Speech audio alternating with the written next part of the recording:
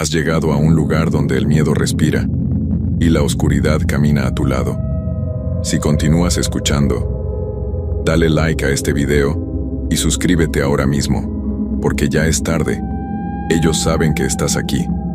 Ahora sí, comencemos. A través de los años, en los pueblos del sur de Veracruz, se ha hablado de familias que cargan con cosas que no eligieron cargar. Linajes en los que el poder y la desgracia llegan juntos, como dos lados de la misma moneda que alguien, mucho tiempo atrás, aceptó sin leer bien las condiciones. La gente de esos pueblos lo sabe y lo respeta, porque ha visto lo que pasa cuando alguien de afuera llega sin entender con qué está tratando. En Cozoleacaque y sus alrededores se conoce desde hace generaciones el apellido Palacios Fuentes, y quienes lo conocen saben que ese apellido viene acompañado de algo que no se explica fácilmente, pero que se siente desde la primera vez que uno pisa la propiedad de esa familia. Esta es la historia de Isidro Carmona Telles, 56 años, originario de Coatzacoalcos, Veracruz, que llegó a trabajar a la finca de los Palacios Fuentes creyendo que era un empleo como cualquier otro, y que tardó demasiado en entender que en ese lugar no había nada que fuera como cualquier otra cosa. Isidro había trabajado toda su vida en el campo. No era un hombre de quejarse ni de hacer preguntas de más, y esas dos cualidades juntas eran exactamente lo que buscaban cuando publicaron el aviso de trabajo en la presidencia municipal de Cozoleacaque un martes de octubre.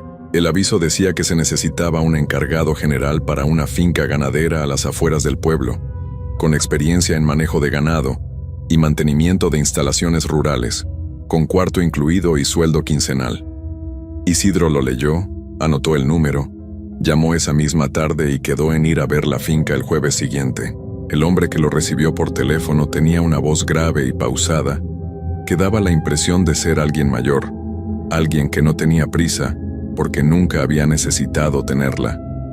Le dijo que se llamaba don Crescencio Palacios, que la finca se llamaba La Providencia, y que si Isidro llegaba puntual el jueves podrían hablar. Isidro llegó puntual. La finca quedaba a unos 15 minutos del centro del pueblo, por una brecha que cruzaba potreros abiertos, y luego se metía entre una arboleda densa de cedros y naranjos que hacía que la luz cambiara de golpe, como si uno entrara a un espacio diferente, sin que hubiera un muro ni una puerta que marcara ese cambio.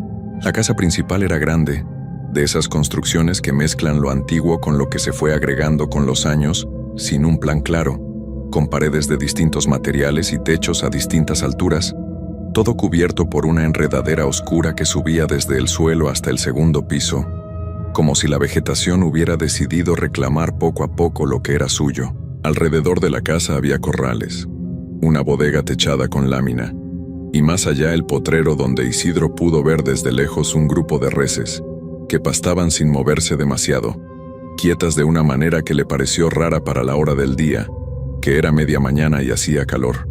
Don Crescencio lo recibió en el corredor de la casa. Era exactamente la voz que Isidro había imaginado por teléfono hecha persona.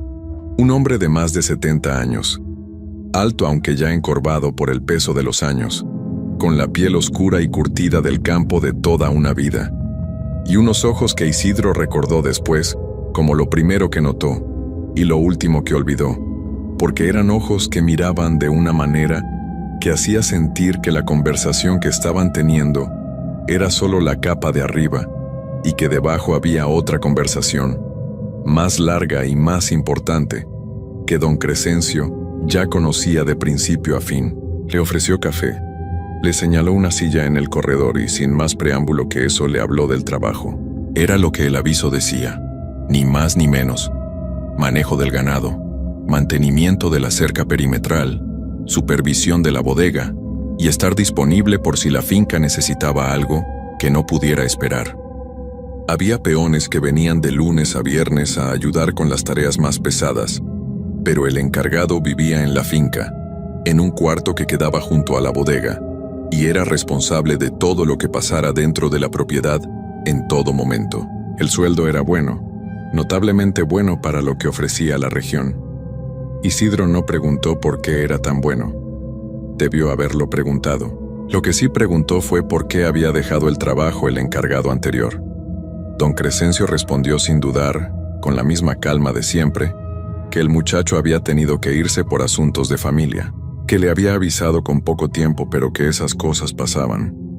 Isidro asintió y no preguntó más. Aceptó el trabajo. Acordaron que empezaría el lunes siguiente, y cuando Isidro se levantó para irse, don Crescencio le dijo, ya de pie, con esa voz grave que cerraba las frases como si las sellara, una sola cosa, que en ese momento sonó a instrucción de trabajo normal, y que después Isidro revisó muchas veces en su memoria, buscando el tono exacto con que había sido dicha, que en la finca había zonas que los peones sabían que no se tocaban, y que cuando llegara el lunes, ellos mismos le dirían cuáles eran, y que era importante que esas instrucciones se siguieran sin hacer preguntas, porque en el campo había cosas que funcionaban de cierta manera desde mucho antes de que cualquiera de los que estaban ahí llegara, y que lo más sensato era respetar eso. Isidro llegó el lunes con su maleta.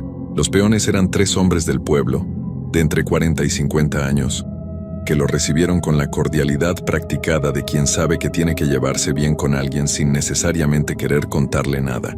El mayor de los 3, un hombre robusto que se llamaba Eustaquio, y que claramente llevaba más años en la finca que los otros 2, fue quien le mostró el cuarto, le explicó las rutinas del ganado, le enseñó dónde estaba cada cosa en la bodega, y al final del recorrido, ya cuando estaban de regreso en el patio principal, Eustaquio se detuvo y con el mismo tono con que había explicado dónde estaban las medicinas para el ganado, le señaló 3 puntos de la propiedad que no se tocaban. El primero era un árbol de ceiba que estaba en el extremo norte del potrero, separado del resto de los árboles, con el tronco tan grueso que 2 personas juntas no podían rodearlo. Eustaquio dijo que a ese árbol no se le podía cortar ninguna rama, no se le podía clavar nada, no se podía quemar hierba en un radio de varios metros a su alrededor, y que si alguna res se acercaba demasiado, había que alejarla sin hacer ruido. Isidro preguntó por qué. Eustaquio dijo que era un árbol con dueño y que el dueño no era la familia Palacios.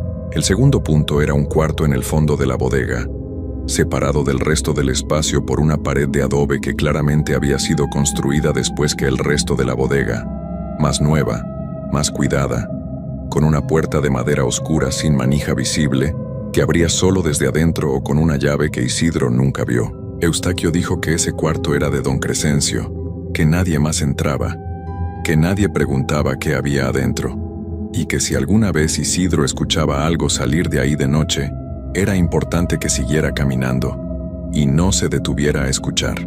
El tercer punto era una parte del potrero cerca del lindero sur de la propiedad, un tramo de tierra de unos 20 metros de largo por 10 de ancho que siempre estaba sin pasto, sin vegetación de ningún tipo, aunque todo alrededor creciera normal. Una franja de tierra oscura y desnuda en medio del potrero verde, como si algo dentro de esa tierra impidiera que nada creciera en ella.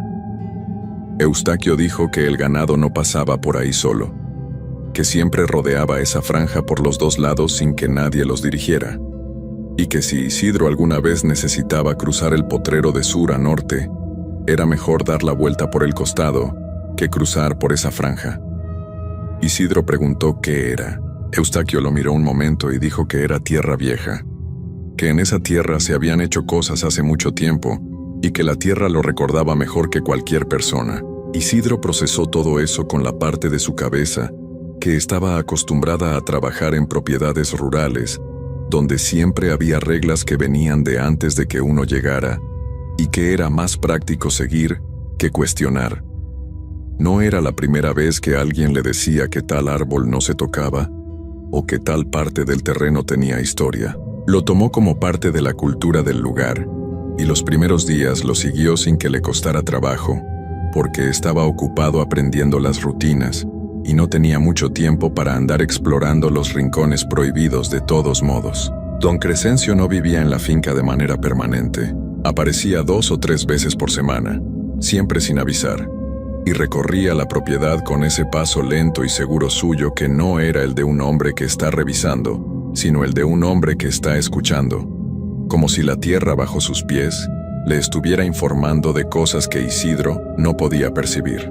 Cuando hablaba con Isidro era siempre directo, siempre concreto, sin conversación de más, Pero había algo en esa economía de palabras que en lugar de sentirse fría se sentía cargada, como si cada cosa que don Crescencio decía tuviera un peso específico que las palabras normales no tienen.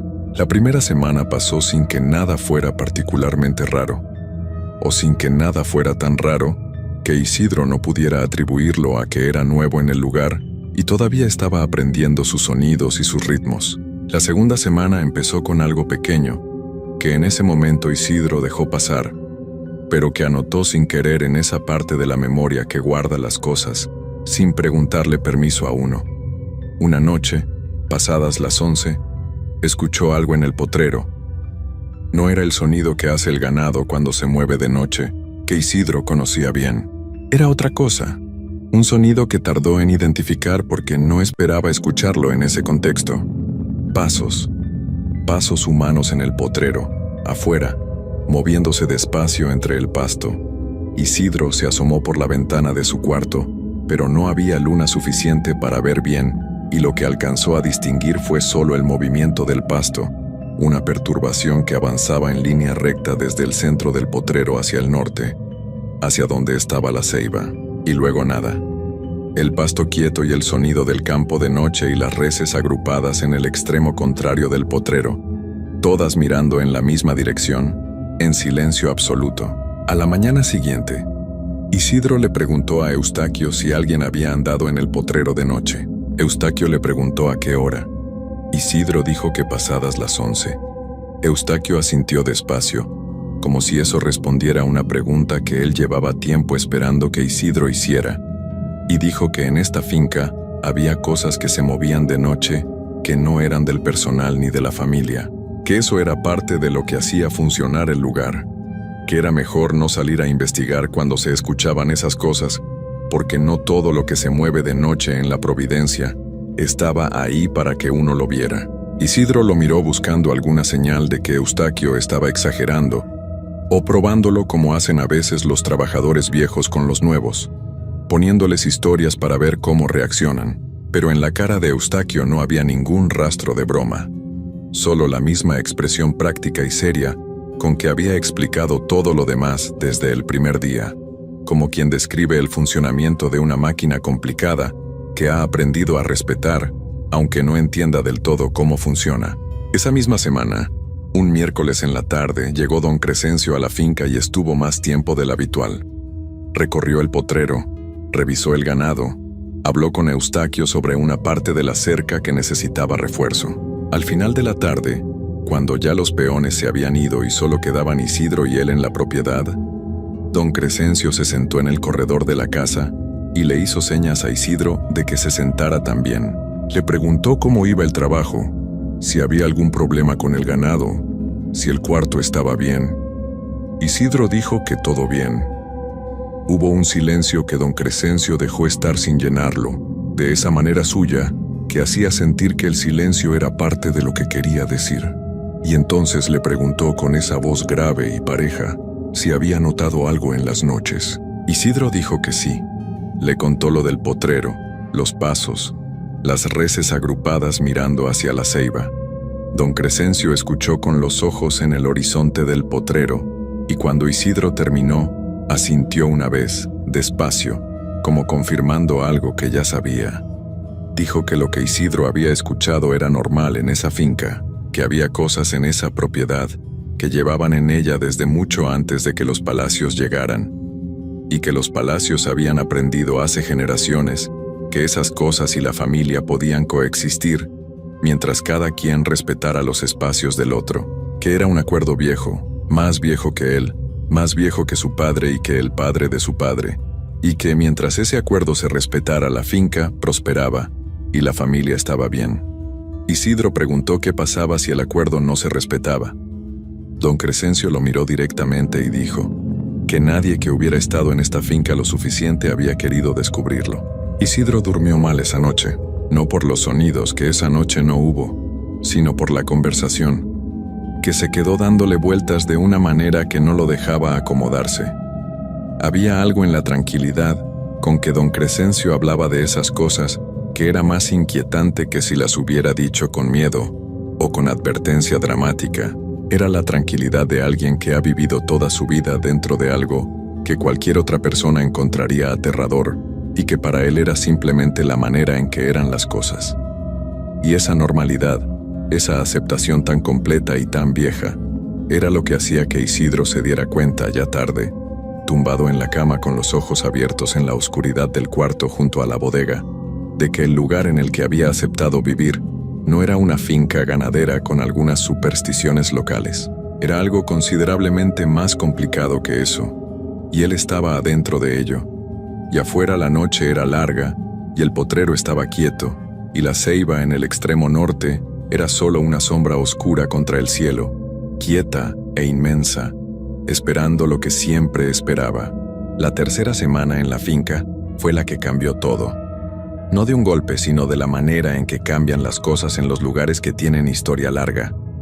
Despacio, casi sin que uno se dé cuenta, hasta que en algún punto mira hacia atrás y ya no puede encontrar el momento exacto en que lo normal dejó de serlo. Isidro llevaba ya suficientes días en la Providencia como para conocer sus sonidos de noche, el ganado moviéndose en el potrero, el viento entre los cedros, los pájaros que cantaban antes del amanecer, el crujir propio de la bodega cuando el calor del día cedía. Conocía esos sonidos y los había aceptado como el fondo constante de sus noches. Por eso, cuando en la madrugada del martes escuchó algo diferente, supo de inmediato que era diferente. Con esa certeza que no necesita comparación consciente, porque el cuerpo ya hizo la comparación solo y respondió antes de que la cabeza terminara de procesar. Era un sonido que venía de la bodega, no del cuarto cerrado al fondo, sino de la bodega en general, del espacio donde se guardaban las herramientas y los sacos de alimento para el ganado y los tambos de diésel para el generador. Un sonido de movimiento, de algo desplazándose entre las cosas, pero no con el ruido torpe de un animal que hubiera entrado por algún hueco.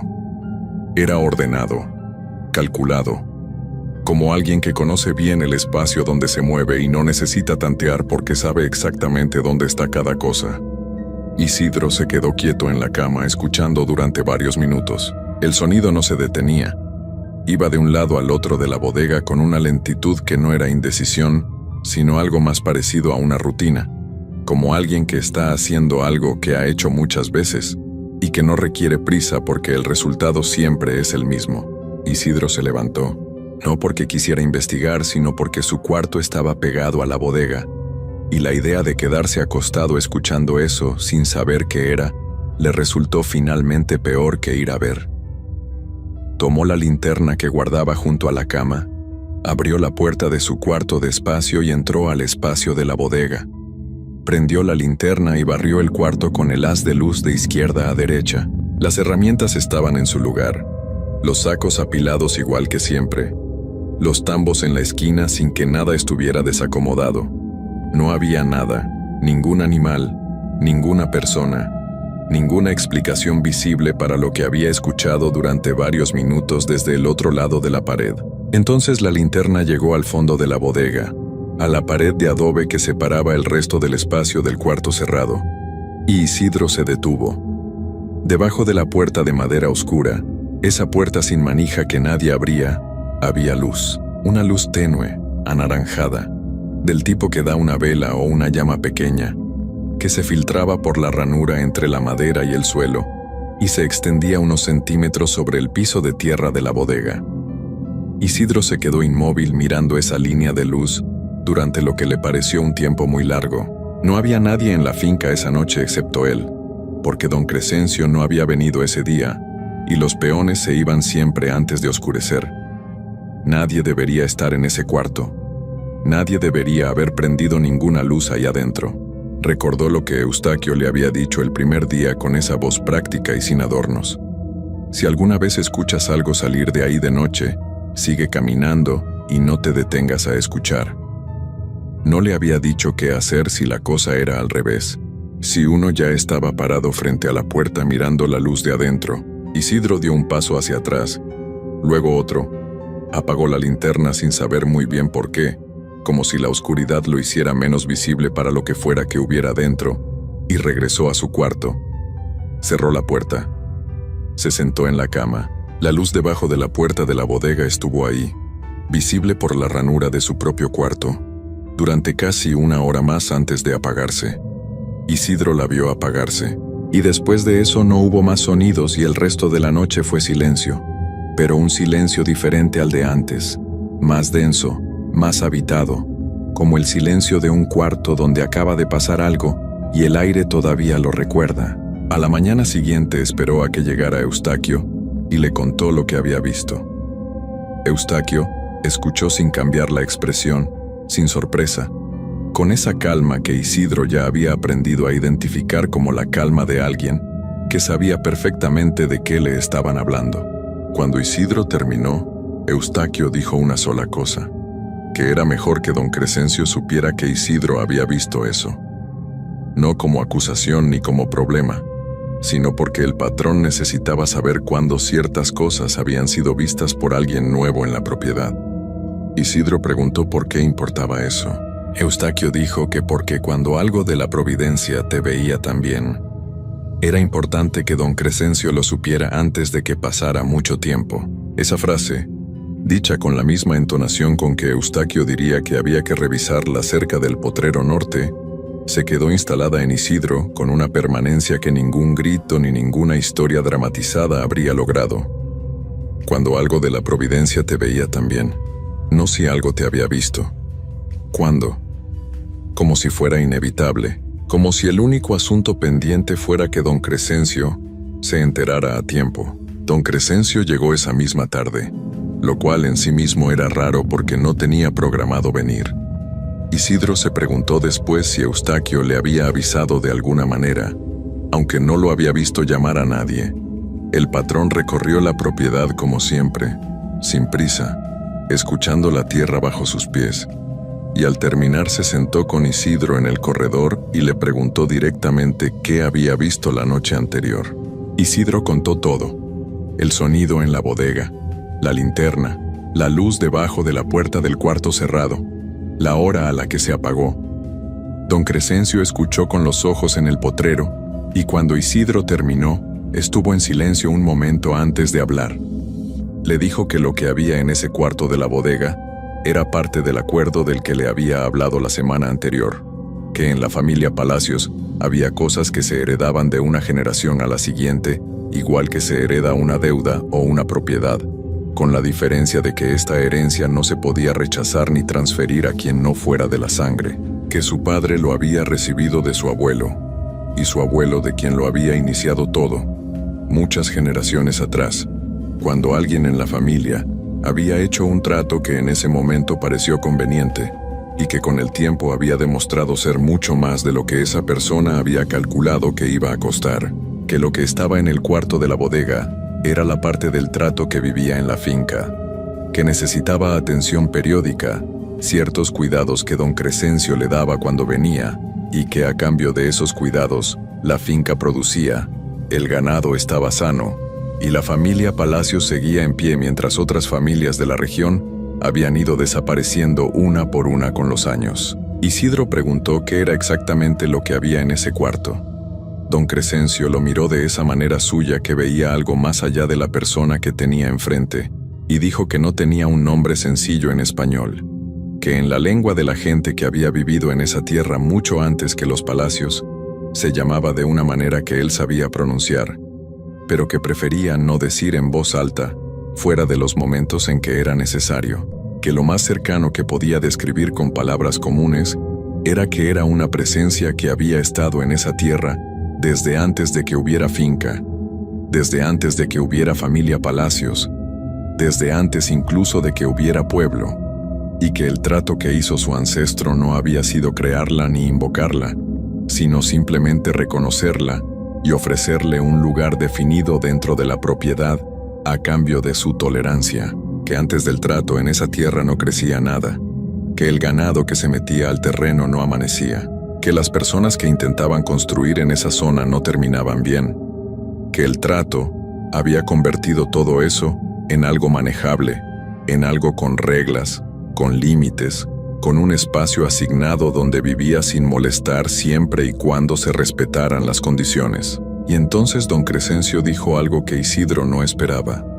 y que tardó varios segundos en entender completamente. Le dijo que la razón por la que era importante que él supiera que la presencia lo había visto era que eso no pasaba con cualquiera, que en años de tener encargados en la finca, había muy pocos a los que la presencia hubiera notado, que el que lo notara no era necesariamente malo, pero que cambiaba la situación, que ya no era lo mismo que antes de esa noche, y que Isidro tenía que decidir con esa información si quería seguir en la Providencia o si prefería buscar otro trabajo, que si se quedaba, las reglas que Eustaquio le había explicado el primer día se volvían más importantes todavía, más estrictas, y había una regla adicional que aplicaba solo para él a partir de ese momento: que no saliera de su cuarto entre la medianoche y las 4 de la mañana, sin importar lo que escuchara, sin importar lo que viera desde la ventana, sin importar la razón que se le ocurriera para salir, que esas horas eran las horas en que la presencia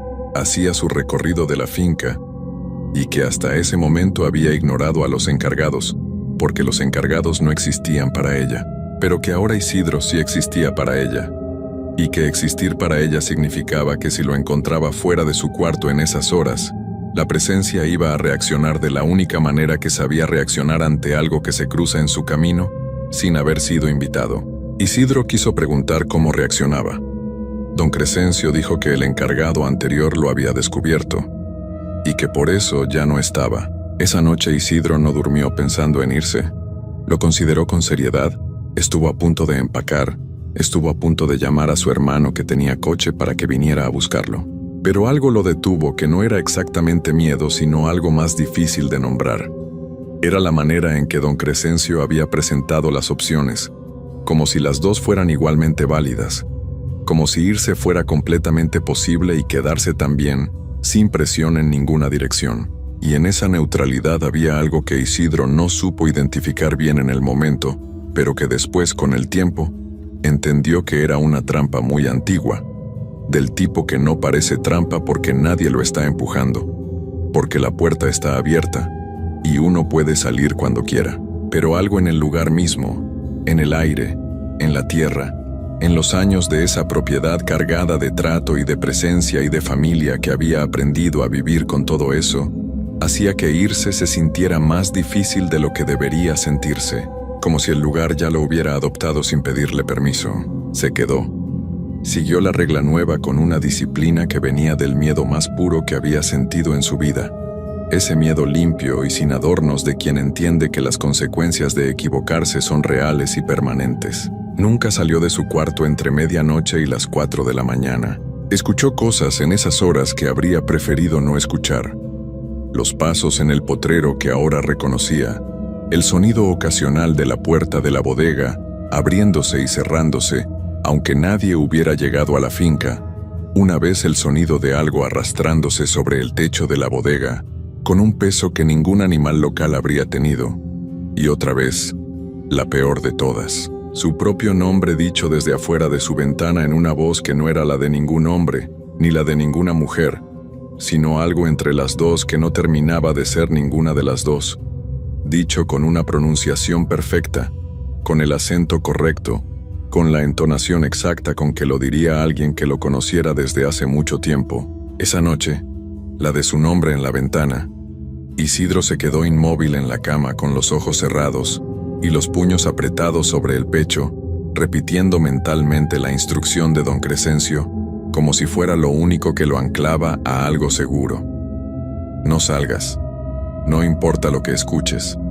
No salgas. Su nombre fue dicho 3 veces, con pausas largas entre cada una, y después de la tercera no volvió a escucharse, y el silencio que quedó fue el silencio más pesado que Isidro había experimentado en su vida.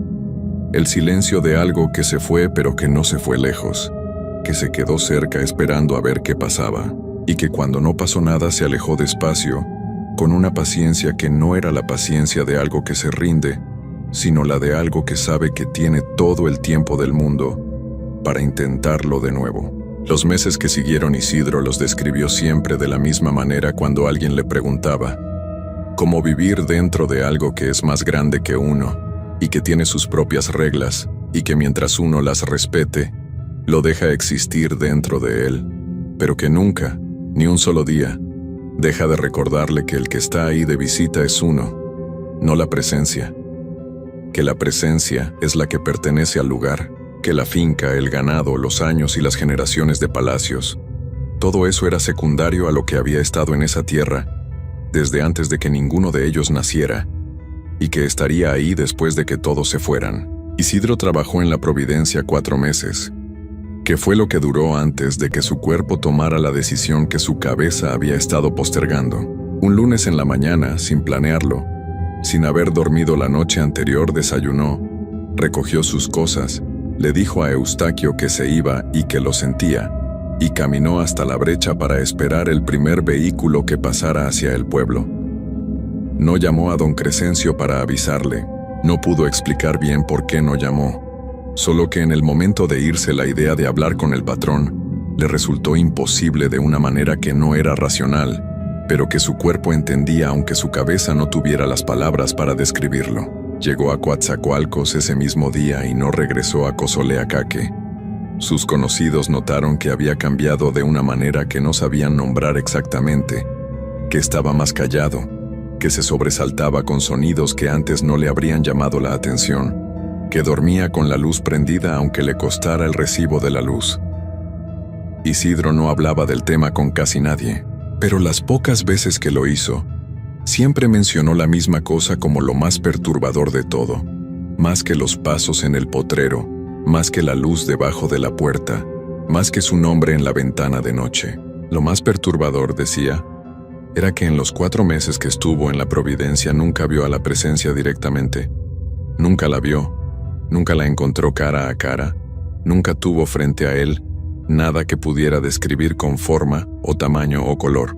Y sin embargo, desde el día en que la luz de la bodega lo había visto a través de la puerta cerrada, tuvo en todo momento, cada día, cada noche, cada hora que pasó dentro de esa finca, la certeza absoluta y sin fisuras de que algo en ese lugar sabía exactamente dónde estaba él en cada momento, que lo seguía con una atención constante y sin esfuerzo, como quien tiene en el mapa de su propiedad marcado un punto que se mueve, y que ese punto era él, y que lo único que impedía que esa atención se convirtiera en algo más era la regla, el acuerdo.